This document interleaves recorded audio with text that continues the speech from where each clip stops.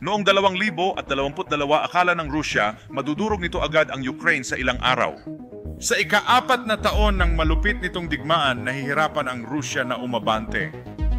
Envilator at Rusya ay kapos na ron at sa iba pang lugar. Ang Mediterranean Task Force nito noon ay binubuo ng mga barkong pandigma, submarino at mga sasakyang sumusuporta. Ngayon, halos wala ng presensya ng hukbong dagat ng Rusya sa Mediterranean.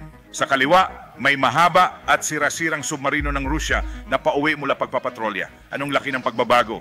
Mula sa nobela ni Tom Clancy noong 1984 na The Humps, Retrotor.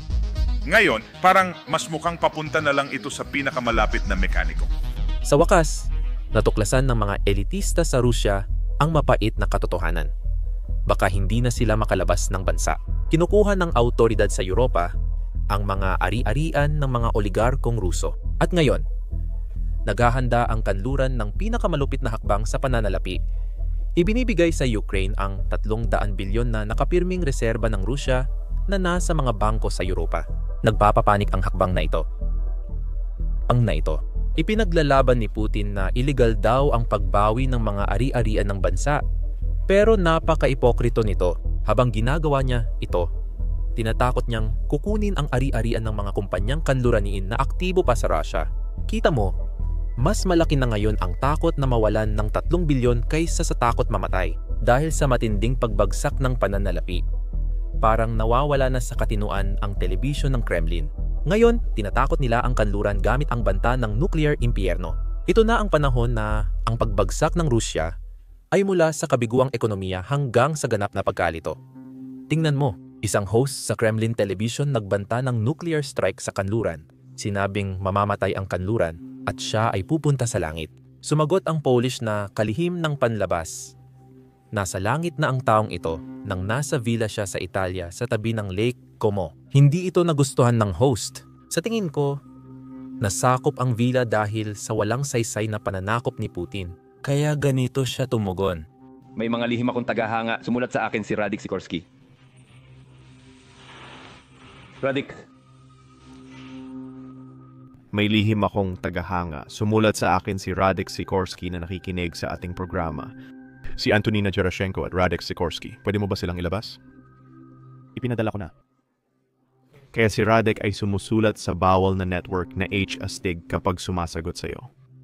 Masayang-masaya ang ministro ng ugnayang panlabas ng Polonya dito.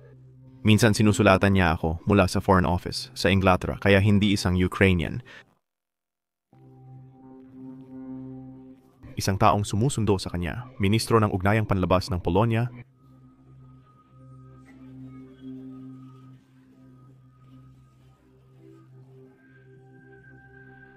Makinig ka, Radek. Alam mo naman kapag gumagawa tayo ng pamamahayag, pero wala namang naabot. Naging isang pampublikong personalidad siya sa Polonya, pero nanatiling wala. Si Antonina Gerashenko ay isang pagod at kaawa-awang palaka. Isang bakla. Tinatangkang sipiin niya ang aming programa na bawal panoorin sa inyo. Hindi kayo mabubuhay kung wala kami. Kinopya ko lang ang sikat na linya ng aming punong komandante. Kailan ka naging Radek? Masaya na kinuha ng mga Hudyo ang kanilang ari-arian sa maliwanag na Italia. Ano pa ba ang mas traditional kaysa doon? Si Win Bandorowicz ay natutuwa sa Polish na anti-Semite na gumaganti sa mundo dahil sa hindi matagumpay na pag-aasawa ng Hudyo. Madalas itong klasikong senaryo. Masaya ang Polish na anti-Semite gumaganti sa mundo dahil sa kabiguang kasal bilang Hudyo. Hindi pa ito ang pinaka-nakakahiya na balita para kay Putin. Nang sinimulan niya ang pananakop, may 335 bilyong halaga ng ari-arian siya sa mga bangko sa kanluran. Karamihan dito ay nasa Europa. Pero mayroon din siya sa United States, United Kingdom at Japan. Agad na na-freeze ang mga ari-arian na ito. Ibig sabihin, hindi na ma-access ng Russia ang mga ito at hindi na nila magagamit para pondohan ang kanilang pananakop. Masamang balita na ito. Pero lalo pang lumala ang sitwasyon nitong mga nakaraang buwan. Nagsimulang pag-usapan ng European Union at ng mga bansa sa kanluran na ibigay na lang ang perang ito sa Ukraine para magamit nila ito sa pagbili ng armas, para ipagtanggol o muling itayo ang kanilang bansa. Dito na tuluyang nabaliw si Putin. Sinasabi niyang dapat daw gawing ilegal ang pag-angkin ng isang bagay na pagmamay-ari ng ibang bansa. Hindi ako nagbibiro, pakinggan mo. Marami tayong reserbang pera at ruso.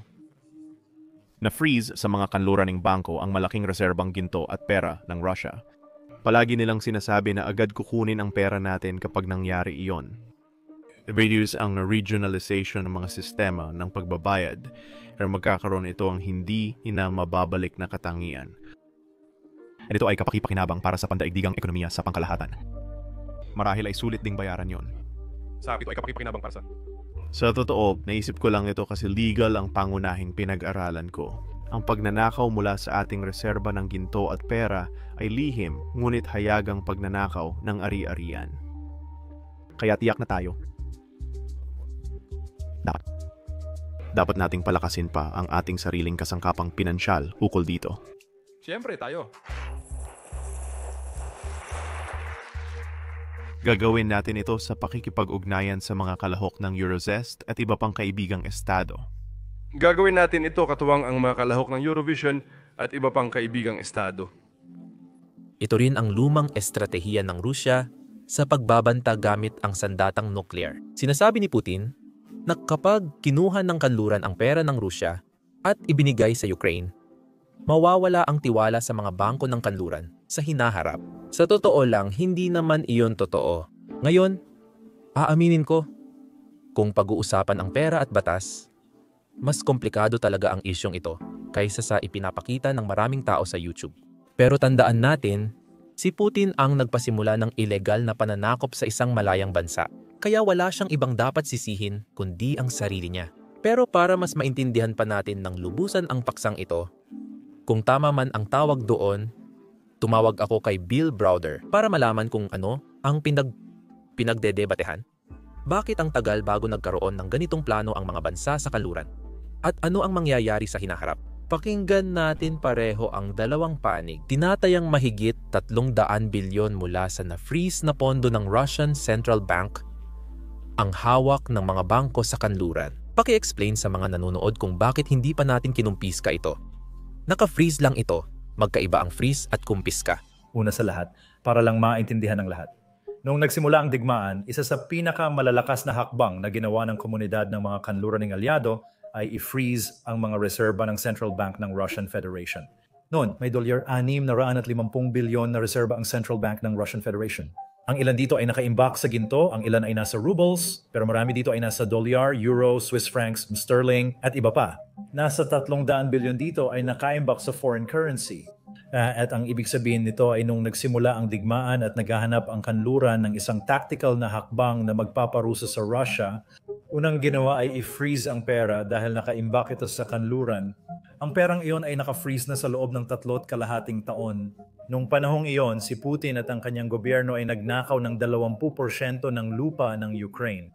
Nagdulot sila ng dolyar, 500 bilyon hanggang 1 trilyong pinsala sa infrastruktura, mga gusali at iba pa sa Ukraine, depende sa sukatang ginamit.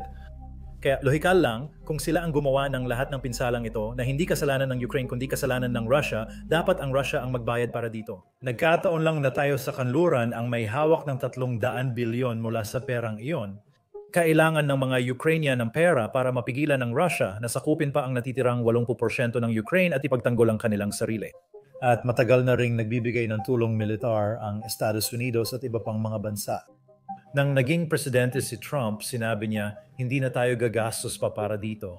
Kaya umatras na ang Amerika na nagbibigay ng halos 40% ng tulong pang ekonomiya at militar.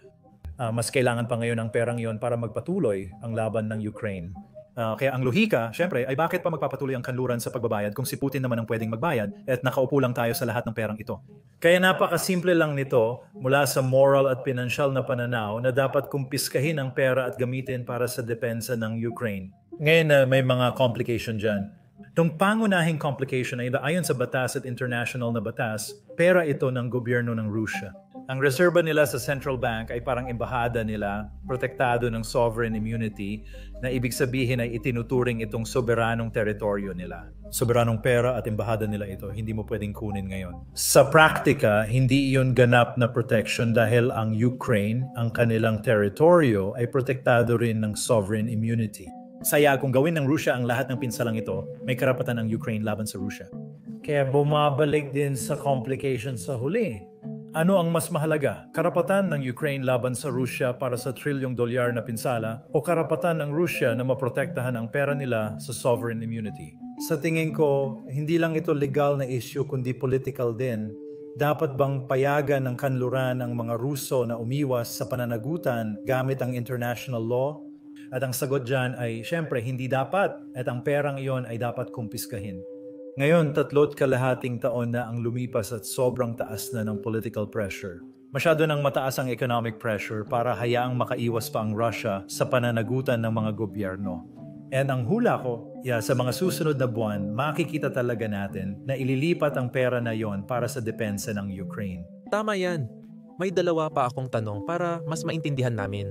Lalo na ako na nagre-research tungkol dito. Una, nag-aalala ba ang mga politiko sa Europa sa posibleng pag-alis ng kapital? Halimbawa, kung gagawin nila ito, baka bawiin ng ibang mga bansa ang pera nila mula sa mga deposito sa Europa. Pangalawa, maaapektuhan ba nito ang bond market kung saan nangungutang ang mga bansang Europeo para sa kanilang budget? Apektado ba ang interest rate doon? O hindi na dapat problemahin kasi malabo naman mangyari? Kung tatanungin mo si Christine Lagarde ng European Central Bank, sasabihin niyang hindi mo pwedeng kunin ang perang ito sa kahit anong sitwasyon. Dahil magdudulot ito ng sakuna para sa euro at syempre maapektuhan din nito ang mga bond market. Interesante ang posisyon na yon na kinukuha niya pero mukhang hindi naman ito talaga makatotohanan. Yan, dahil una sa lahat, hindi ito gagawin ng mga Europeo ng mag-isa, gagawin nila ito kasama ang Estados Unidos, ang United Kingdom, ang Switzerland, ang Canada, ang Japan at Australia. Kung sabay-sabay gawin ng lahat ng pangunahing kaalyado ang parehong desisyon, saan pupunta ang capital? Halimbawa, pag-usapan natin ang Saudi Arabia o China na may hawak na maraming dolyar o euro sa labas ng kanilang bansa. Una sa lahat, ang mga Tsino, halimbawa, saan ba nila nakukuha ang kanilang mga dolyar? Kumikita sila ng dolyar sa pagbebenta ng kotse, radyo, at iba pa. Paano yan kung ibinalik nila lahat ng perang iyon at pinalit ulit sa sarili nilang pera? Ano ang mangyayari sa pera ng Tsina? Tataas ito. Kapag masyadong tumaas ito, mababawasan ng may export nilang produkto.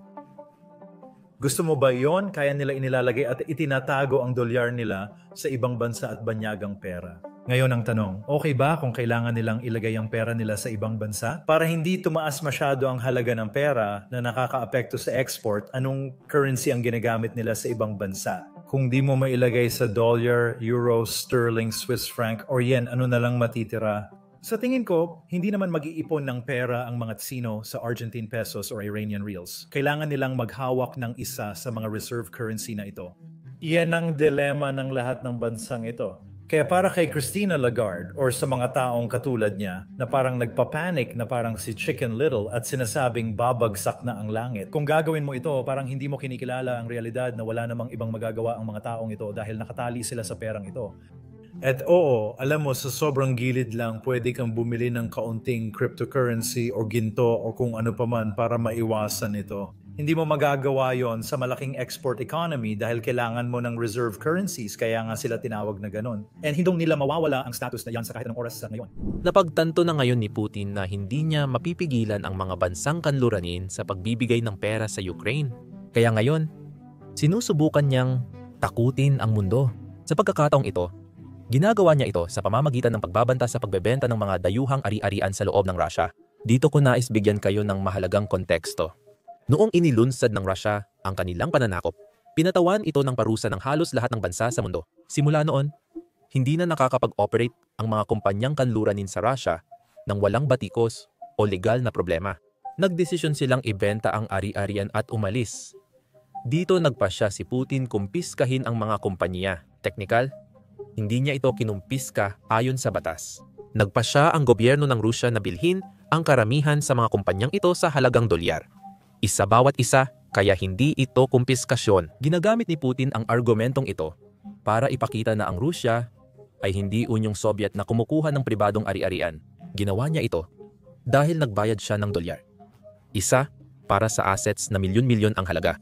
Pero kahit ganito, may mga kumpanyang tulad ng Unicredit at Rapian na Europeanong bangko pa rin.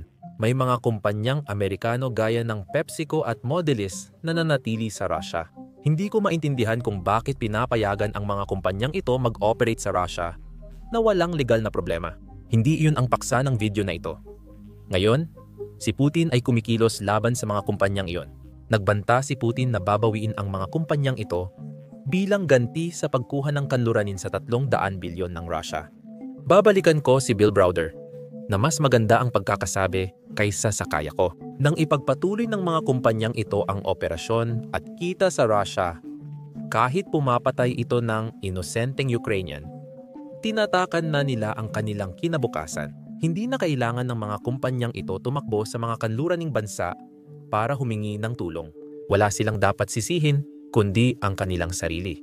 Gayunpaman, balik sa issue ng Europa, magpupulong ang mga finance minister ng ilang bansang Europeo sa susunod na linggo para simulan ang proseso ng pagbibigay ng pera sa Ukraine. Hindi nila ito gagawin ng direkta dahil magdudulot iyon ng legal na issue. Ganito ang kanilang paraan. Bibili sila ng bonds gamit ang perang ito at gagamitin ang mga bonds na iyon bilang collateral para magbigay ng utang sa Ukraine. Katumbas ito ng halos 80% ng halaga. At malaya ang Ukraine sa paggamit ng perang makukuha nila mula sa utang na ito. Hindi naman kailangang bayaran ng Ukraine ang utang maliban kung magdesisyon ang Russia na magbayad matapos ang digmaan. Sa totoo lang, pareho nating alam na hindi gagawin ng Russia yon. Kahit wala na si Putin. Ibig sabihin, gagamitin ng mga bansang Europeo ang bonds na binili mula sa pera ng Russia para bayaran ang utang ng Ukraine. Sa ganitong paraan, hindi na kailangang bayaran ng Ukraine ang utang at makukuha pa nila ang perang kailangan para sa armas at muling pagbuo ng bansa. Mas komplikado talaga ang paksang ito kaysa sa iniisip ng karamihan. Kahit natapos ko na ang video, pakiramdam ko hindi ko pa rin ito lubos na naipaliwanag. At maaaring dahil hindi ko pa ito lubos na nauunawaan. At maaaring dahil siguro hindi ko pa talaga ito ganap na naiintindihan. Kung may tanong kayo, i-comment lang sa ibaba. Susubukan naming sagutin ito sa hinaharap. Iyon lang para ngayon. I-like at mag-subscribe sa ibaba para maabot namin ang 2 milyong subscribers bago matapos ang taon. Malaki ang tulong ng suporta ninyo sa amin.